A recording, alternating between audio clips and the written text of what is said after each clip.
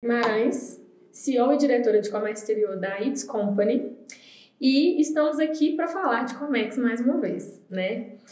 E esse episódio, a gente vai falar de frete internacional, frete aéreo internacional, desafios, a variação cambial, como impacta, né?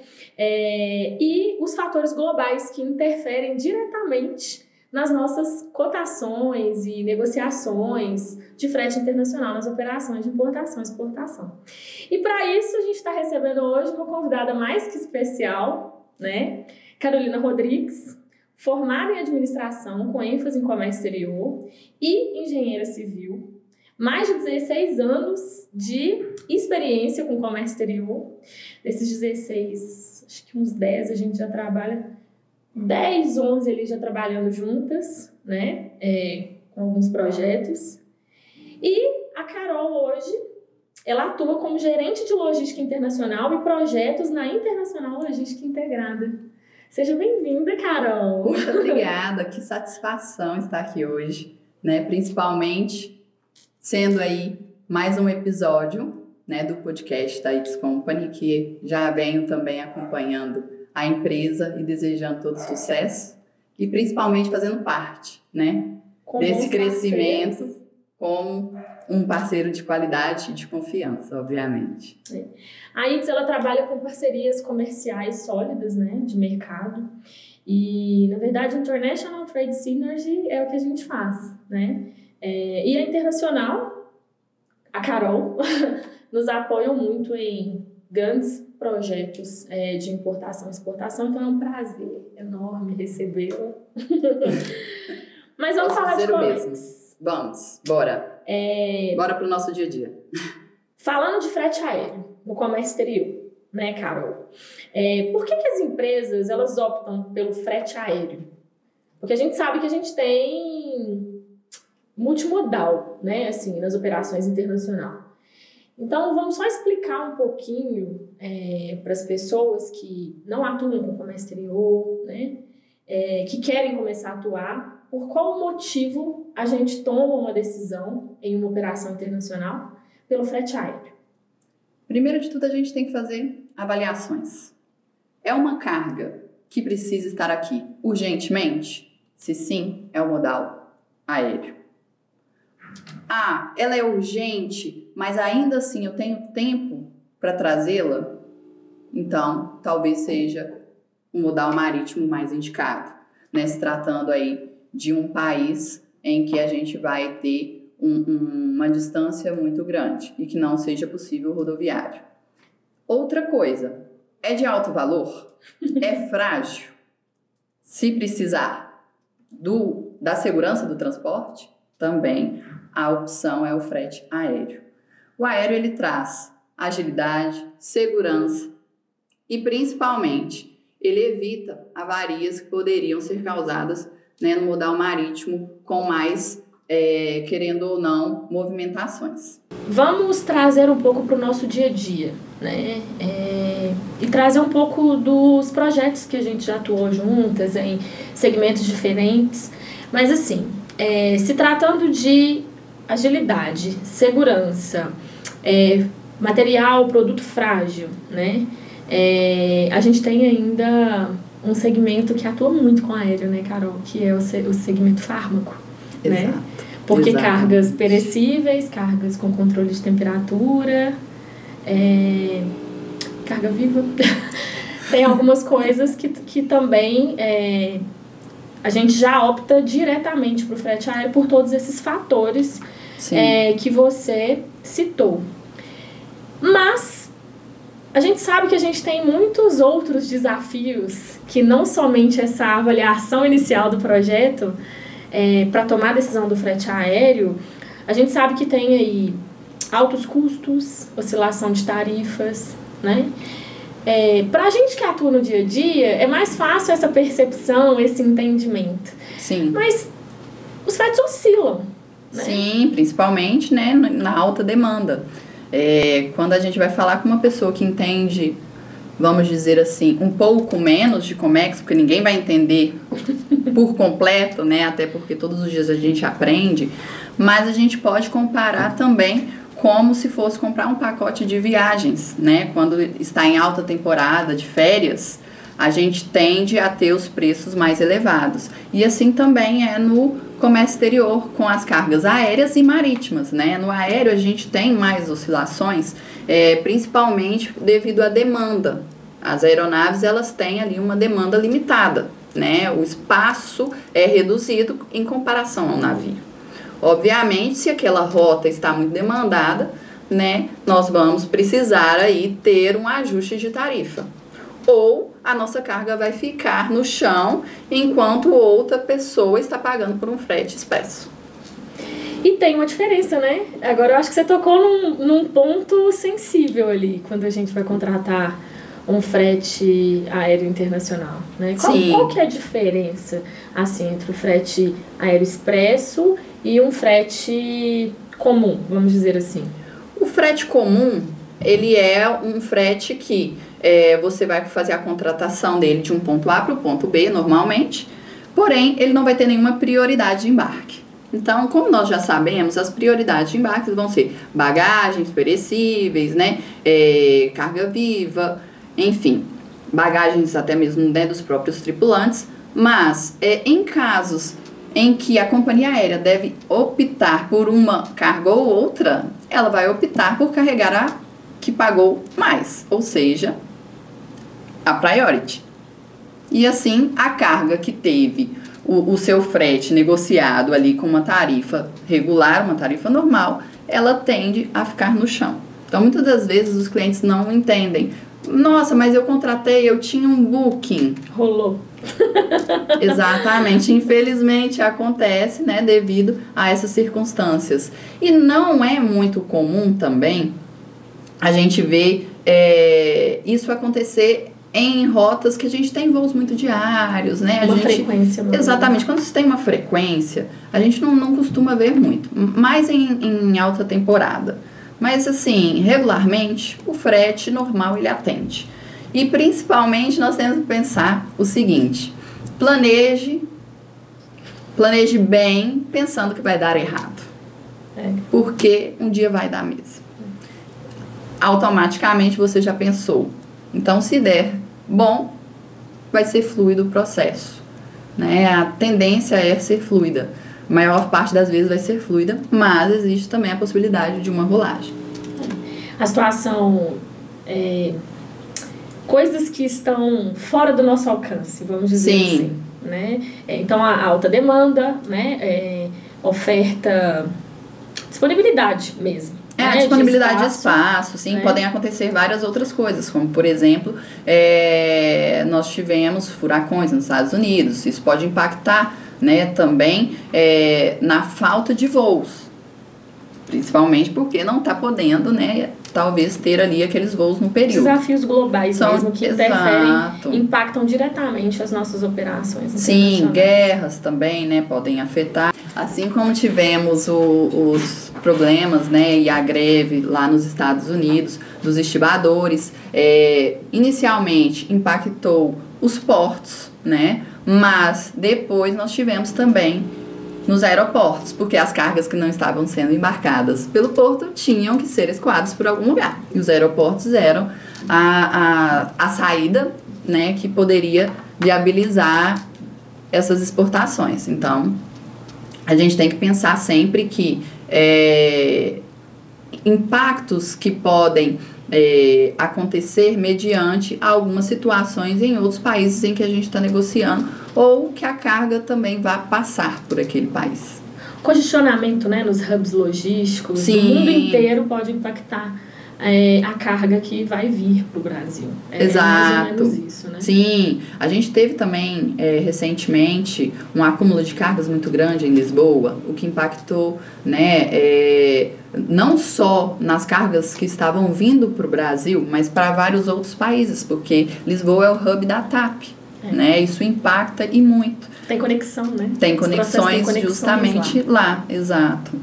como a gente vê, vamos trazer um pouco para a nossa realidade, né? A gente vê direto isso acontecendo em Guarulhos. Há pouco tempo, o ano passado, né? Mas assim, há poucos meses a gente teve um desafio muito grande enfrentado por nós, profissionais de comércio exterior, importadores, exportadores. Guarulhos estava abarrotado de cargas. Exatamente. Né? Estávamos até procurando os tesouros, né? Que eram as nossas cargas que estavam perdidas lá. Exato.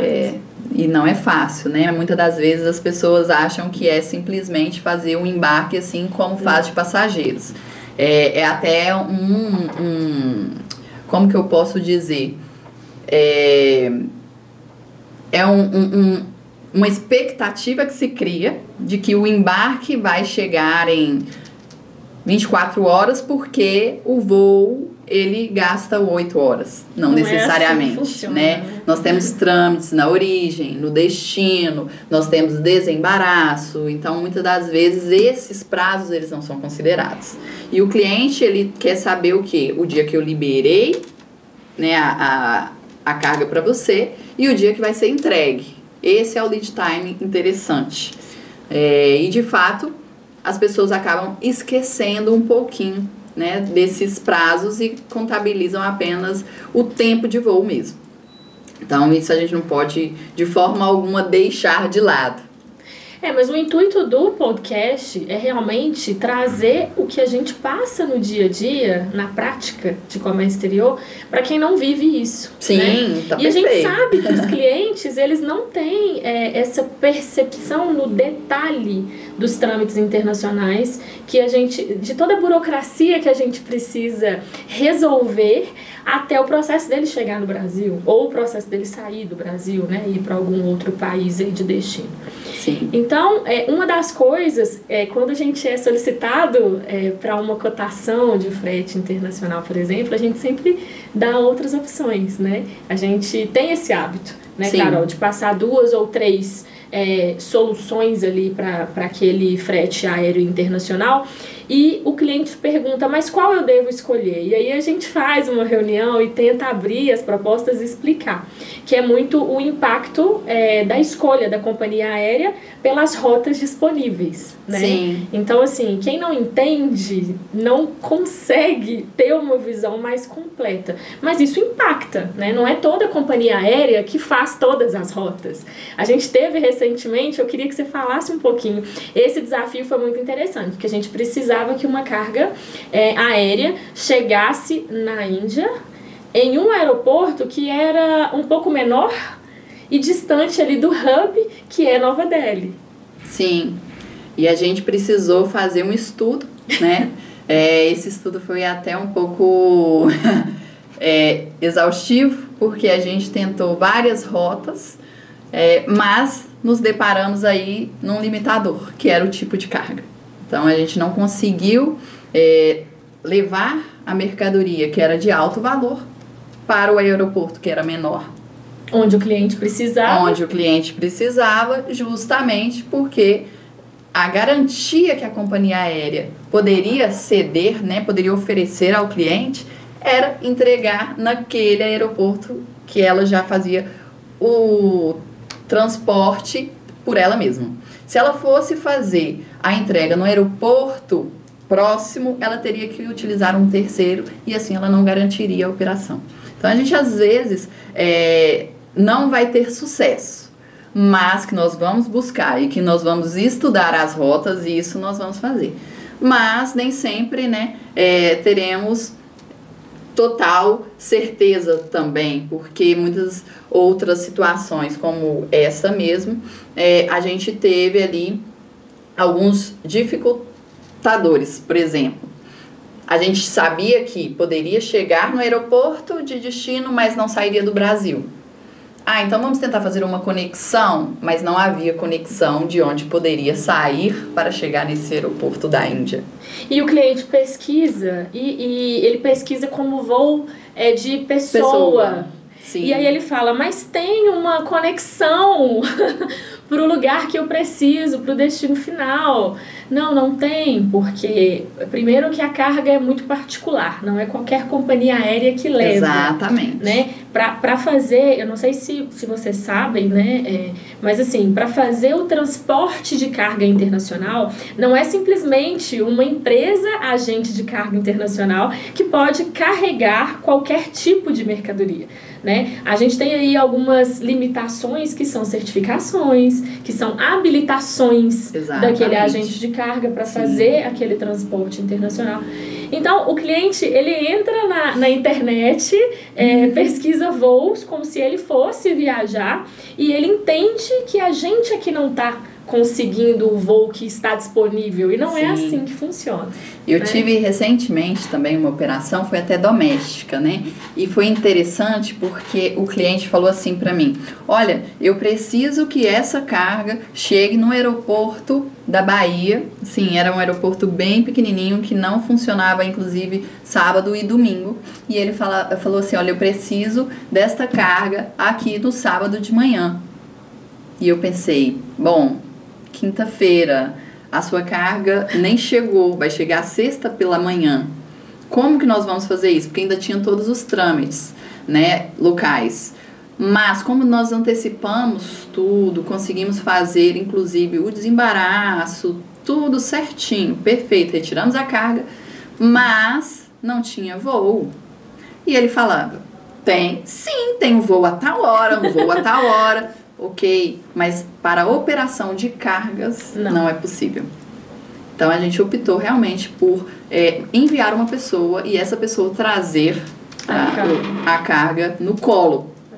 Mas são desafios que a gente acaba também aí, né, passando no dia a dia e tendo que inventar alguma solução. Mas de fato o cliente ele foi lá e pesquisou no Decolar e viu que tinha assim as opções de voo. Mas para explicar para ele, olha, não funciona assim, porque tem que fazer as conexões, né? Se sua carga chegar no sábado, você só vai ter ela liberada na segunda-feira. E aí, né, a compreensão, ela fica ali um pouquinho frustrada, porque não é o que o cliente quer ouvir, obviamente. Mas é o que é possível, nem sempre a gente vai conseguir entregar o que é esperado. Justamente por ser muito burocrático, né, e terem vários detalhes, várias nuances, a parte da tratativa da carga fora o transporte internacional. E aí eu vou pegar um gancho do que você disse, né, Carol? Que às vezes a gente tem que inventar, né? E a parte que eu adoro.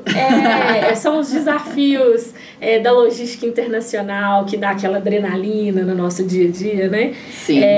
Mas é isso que precisa ficar claro, né, para as pessoas. Então, a gente cria soluções, né? Quando a gente entrega esse serviço, por isso que o planejamento é o ponto crucial aí da operação internacional. Seja 80% do processo tem que ser planejamento.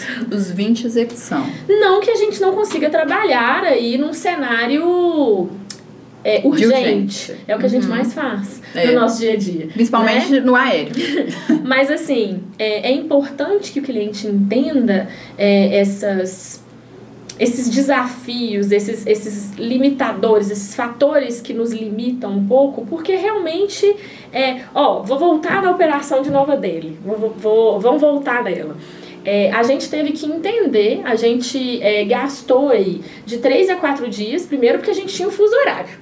Sim. Né? O fuso horário da Índia é totalmente diferente do nosso. Exato. Aqui. Então a gente já teve esse gap por causa do fuso.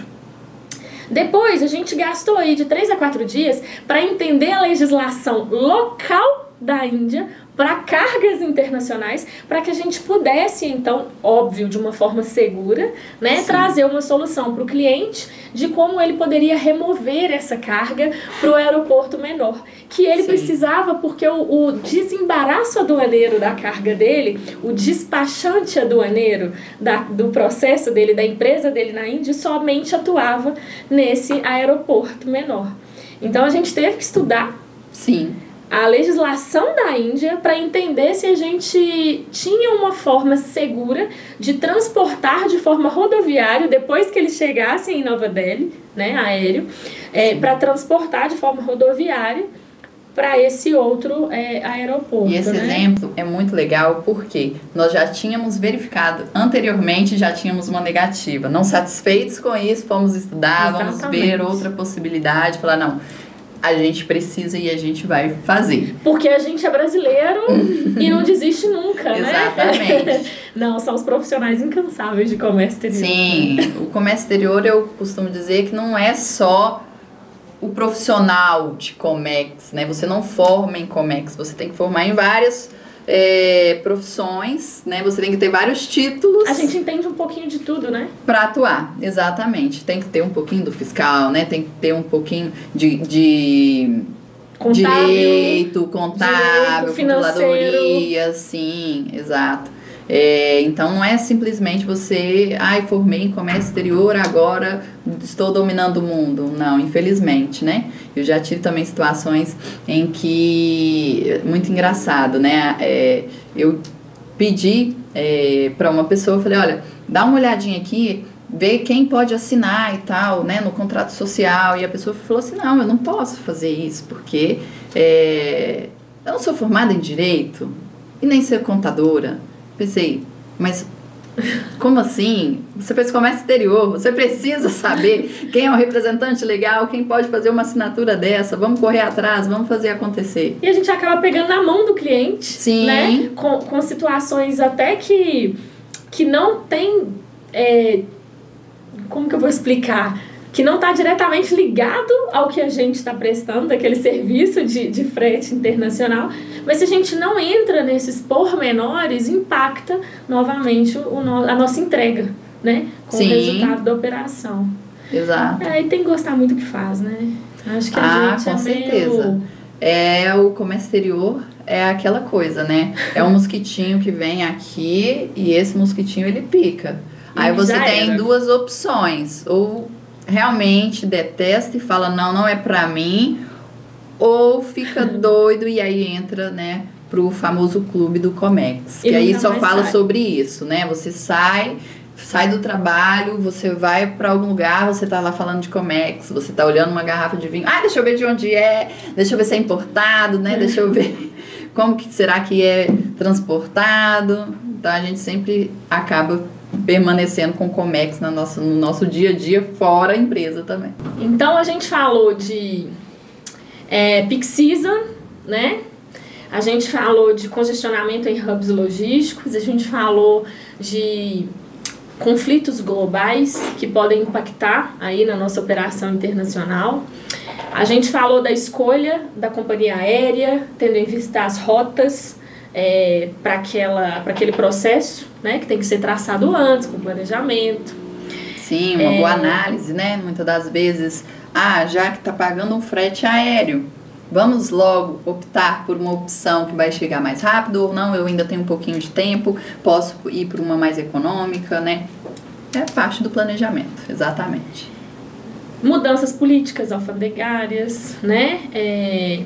Reflexos de eventos como o Ano Novo Chinês, Black Friday, sim, interfere muito porque fica tudo congestionado, a gente não consegue voar com as cargas. O fim do ano é o caos. Mas a gente tem aí um outro fator que eu acho relevante a gente falar um pouquinho também, que geralmente os clientes não entendem, por mais que a gente explica. Que é um problema, inclusive, que estamos passando neste momento. Que é onde a gente não tem ação. Que está nas regulamentações e burocracia dos órgãos anuentes no comércio exterior. Né? A gente está passando aí por uma situação bem difícil de greve da Receita Federal, que impacta totalmente o nosso processo internacional. A carga até chega. Né? Mas não é esperando que ela vá chegar com 24 horas, porque hoje a gente tem uma greve, né, que particularmente tem nos afetado bastante, porque até nas exportações que antes não sofriam, agora a gente tem vários canais vermelhos, né? Eles estão distribuindo assim os canais vermelhos como se fossem cartas mesmo, né? Tá bem complicado. Exato. Né? Tá todo mundo sendo bem impactado. Sim. E para essa parte, infelizmente, não temos para onde correr. O a que gente é faz pior. contato, né? A gente Sim. faz contato, a gente liga, a gente fica ali Insiste, né? fazendo Manda e-mail. um follow-up um pouco mais dedicado naquele processo, mas não tem ação, né? E aí a Sim. gente fica aí de explicar todos os dias para os clientes: a Receita Federal está de greve, o seu processo não foi parametrizado, ou foi parametrizado em algum canal e não foi distribuído. E a Receita Federal, ela também tem os trâmites internos dela, assim Sim. como a gente tem os trâmites nos aeroportos, né? Sim, até para dar segurança, né, para os próprios brasileiros, né? Então a gente Exato. precisa de fato que eles tenham também procedimentos rígidos. Mas com a greve, infelizmente, quem sofre é o consumidor final, porque quem vai pagar essa armazenagem? Quem vai pagar por todo esse tempo parado, né? E muitas das fábricas precisam dos itens que estão ali para permanecer tempo, produzindo, né? Exato. Quando você já opta por um modal aéreo, você já está pagando caro pela agilidade do transporte. Mas aí a carga chega e fica parada, né? É um pouco contraditório, mas não é algo que tenhamos controle. Não é uma ineficiência da logística internacional, né? Exato. São outros fatores, etapas de toda uma cadeia logística internacional. E a alfândega é parte disso. Exato. A gente não tem como controlar. Mas vamos lá, Carol. Vamos para umas perguntas agora mais interessantes, de uns cases reais. Bora.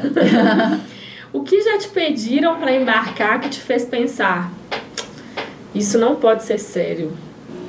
Tem algumas coisas que são, assim, até engraçadas quando chegam, né? Porque eu acho que como nós estamos mais acostumados a tratar com indústrias, e aí chega um fazendeiro e fala: quero importar sêmen de boi. Aí eu falei: oi? Oi? E era sério, né? Então... Mas a fazenda do senhor tem regulamentação para importar esse tipo de E era do carga? zero, né? Teria que também tirar radar, iniciar todos os trâmites para que ele pudesse fazer essa importação. E o que mais me surpreendeu também foram os valores, né? Altíssimos, né? Sim, e eu fiquei pensando: gente, correr atrás de uma seguradora ainda para poder aceitar esse tipo de carga, né? Porque não é simplesmente só o transporte, a gente também teria que fazer a parte do seguro, porque iríamos fazer toda a operação. Então, eu achei muito interessante esse, e aí me abriu os olhos na época que eu ouvi, porque eu falei assim: tá vendo? Não é simplesmente embarcar peças, partes e peças. A gente pode embarcar de um tudo. Cada né? processo é único. Sim, Né? sim. Não tem como simplesmente colocar tudo num cesto e pegar uma carga de um ponto A para um ponto B. Não é assim que Exato. funciona. Né? E também já tiveram, né, de animais. A gente já teve alguns filhotinhos da realeza, né? Que alguém nos trouxe aí e falou: vamos embarcar. Alguns filhotes, alguns cachorrinhos mesmo, né? Como é que eu vou explicar? Cachorros que tinham sangue azul, vamos dizer assim, né? Sim. Com pedigree internacional e tudo envolvido nisso. E aí a gente fala de carga viva, né, Carol? Sim. Carga viva é totalmente diferente, né? A tratativa é totalmente diferente. Tem prazo, né? A gente teve que atender algumas demandas e exigências também, da né? origem para que esses animais pudessem, por mais que fossem filhotes, novinhos, Vacinados, né? Na caixinha apropriada. eles tiveram que fazer quarentena, se eu não me engano, na época, né? Que já tem na alguns Irlanda, anos. né? Eu lembro muito bem desse que caso. a gente fez isso. Nós lá na Inter também fizemos dos gorilas, né? Aqui, do zoológico, então... Olha que interessante. É algo pra gente, assim... motivo de orgulho mesmo, né? De fazer um tipo de processo como esse. E tá acompanhando e vendo que as companhias aéreas, querendo ou não, a gente teve essa situação, né, de alguns cachorros que morreram, né, ou que se perderam durante o transporte. Mas quando se trata de carga internacional, eu não sei se é porque a gente também lida com outros países. Os gorilas vieram aéreo? Sim.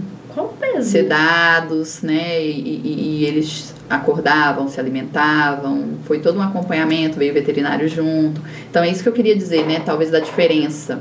justamente porque a companhia aérea só aceitava se tivesse também, né, todo esse acompanhamento. É uma responsabilidade muito grande da companhia aérea também, né? Sim, e obviamente, né, os clientes queriam que a carga chegasse viva, né, e não morta até pelo valor do transporte, pela expectativa de chegar aqui, né, e compor o zoológico. Então, assim, eu acho que é muito importante que também seja feito esse trabalho com muita atenção, né, acompanhamento, e com isso o desembaraço ele também foi prioritário, né, a Internacional fez essa parte do desembaraço de forma muito ágil. Isso é muito importante também, né, e é de fato pra gente um orgulho ter isso no nosso portfólio. Sim, muito interessante, né, bem parecido com aquele case que a gente teve na pandemia, de entregas de cargas para o Ministério da Saúde, né? O país estava passando um problema global, né? Todo mundo estava com o mesmo problema aí durante a pandemia, e a gente trouxe bastante coisa aí para entregar diretamente para o Ministério da Saúde, né? Sim, e que pra gente foi quase que um perrengue, né? Porque a gente estava quase com a carga lá dentro do avião, né? Porque era um monitoramento realmente muito próximo, né? A gente não acompanhava apenas as conexões, como geralmente a gente faz, mas nós também víamos a previsão do tempo, acompanhávamos os próximos dias para ver se a carga iria estar na temperatura adequada durante o transporte entre a aeronave e o terminal, para justamente, né, monitorar se a carga chegaria aqui com integridade e se seria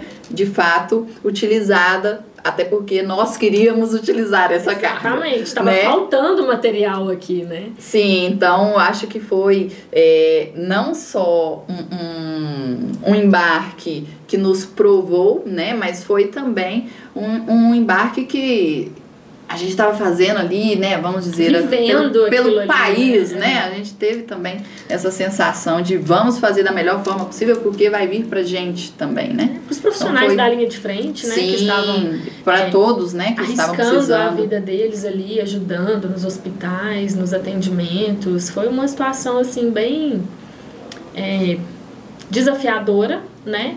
Mas que no final é o que você falou, nos enche de orgulho. Assim. Sim, foi extremamente prazeroso, né? Depois quando chegou. Que na pandemia isso tudo foi necessário, por quê? Porque a gente teve desafios de logística. Sim. A malha aérea não estava funcionando normalmente, sim. Né? Nós tivemos, sim, isso foi ótimo, assim, eu acho que foi um desafio muito gostoso também nesse sentido, porque quando a gente achou a solução, né, aquela coisa, nós fizemos o planejamento, depois a gente conseguiu só reproduzir, né, e foram vários embarques e todos com sucesso, o que deixa a gente ainda mais satisfeito com o trabalho que foi desenvolvido, né. É um motivo de gratidão, assim, né. Com certeza. Acho que a cada embarque que a gente consegue entregar, desses que são mais complexos, que demandam muito mais energia da gente, assim, é mais gostoso de fazer, né? Claro, eu costumo falar com o cliente que a carga é dele enquanto tá cotando.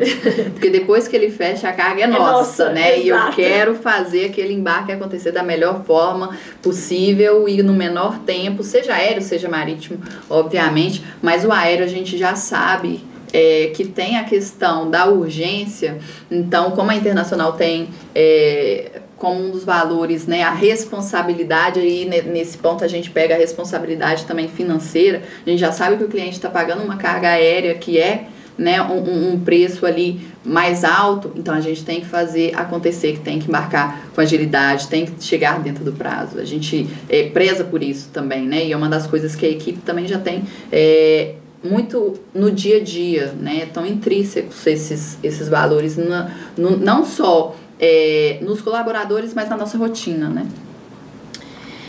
Carol, qual foi o perrengue mais inacreditável que você já viveu em um embarque aéreo? Acho que foram muitos, né? Não tem não tem um perrengue. Não, foram vários, né? Mas a gente teve um que foi muito engraçado. Era um embarque marítimo que a gente precisava fazer de umas peças muito grandes. E, de repente, não dava mais para esperar. Por quê? Essa peça ia sair da Itália e ela teria que fazer um transporte rodoviário até o porto, e a gente já tinha autorizações em algumas partes da estrada, mas não de todas. E ali o prazo para montagem já havia sido encerrado. De repente, não dá para esperar mais. Vamos para o aéreo, porque já temos parte das licenças e a gente vai conseguir trazer. Mas ainda assim, não foi aquela coisa que, vamos dizer, vai ser ágil como o aéreo. Não, ainda assim o aéreo demandou 15 dias para o processo como um todo, mas esse foi um perrengue devido à urgência, porque chegou no Brasil, a gente também teve a mesma correria, as licenças que a gente estava tirando para o rodoviário tiveram que vir para o aéreo, o próprio aeroporto não tinha condições de fazer a descarga adequada da aeronave, então tudo a gente teve também que correr para poder providenciar, mas esse perrengue eu acho até bom, gostoso, né? Sim. No momento a gente fica bem estressado, né? Não vou mentir, não. Há uma descarga de adrenalina, mas depois a gente se sente muito satisfeito pelo que fez, né? Faz parte, né? Sim, com certeza. E também encontrar esses parceiros, né? Durante aí esse percurso, você acaba conhecendo pessoas que abraçam essa causa também, né? Então isso eu acho muito interessante. Junto, né? Sim. Essa troca é realmente muito... É bom de fazer, né? A gente não faz nada sozinho, né? E o processo internacional, ele é um processo de muitas mãos. Sim, né? Sim. Enfim. Quais são os mitos sobre logística aérea que todo mundo acredita, mas que não são verdade? Eu acho que que a gente pode até, né, voltar no assunto carga aérea rápida. Depende. Nem sempre. Exato. Depende, né? Depende, porque o transporte em si, ele pode ser rápido, mas as pessoas esquecem que tem os trâmites, né? Os trâmites na origem, os trâmites no destino, os transportes rodoviários, porque a gente pode ter uma greve, inclusive, dos rodoviários.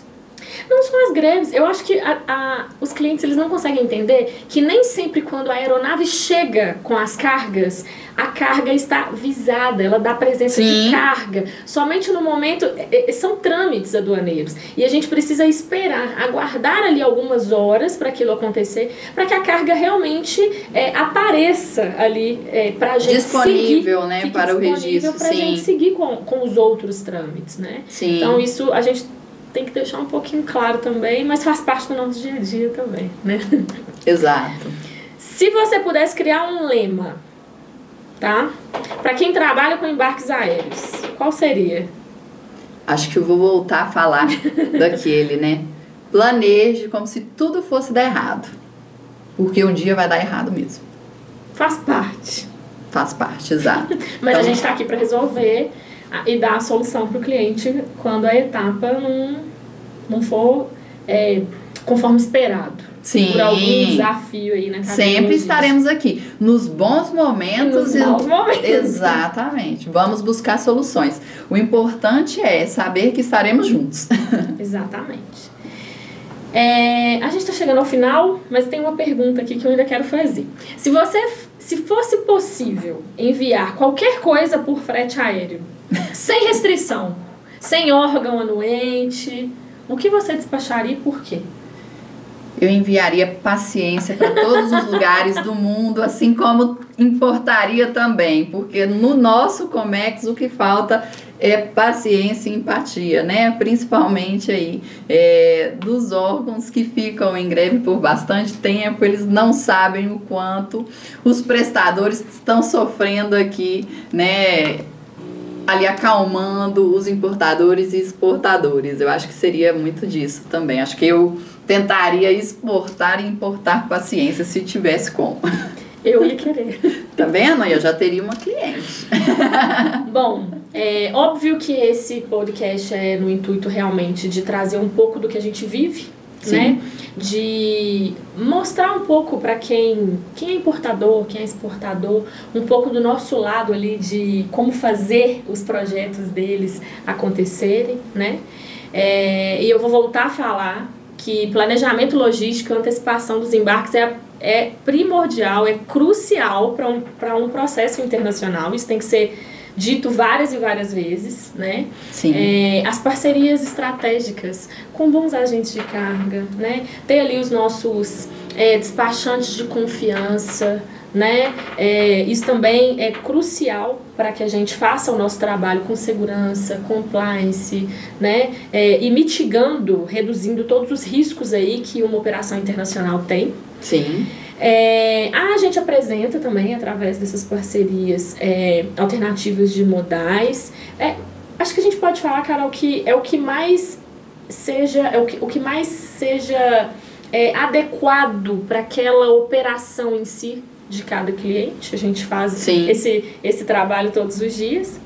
E usando, então, da tecnologia também, para otimizar essas rotas, essas previsibilidades e fazer, de fato, o processo acontecer. Então, a gente chega ao fim de mais um episódio, né, de podcast da ITS.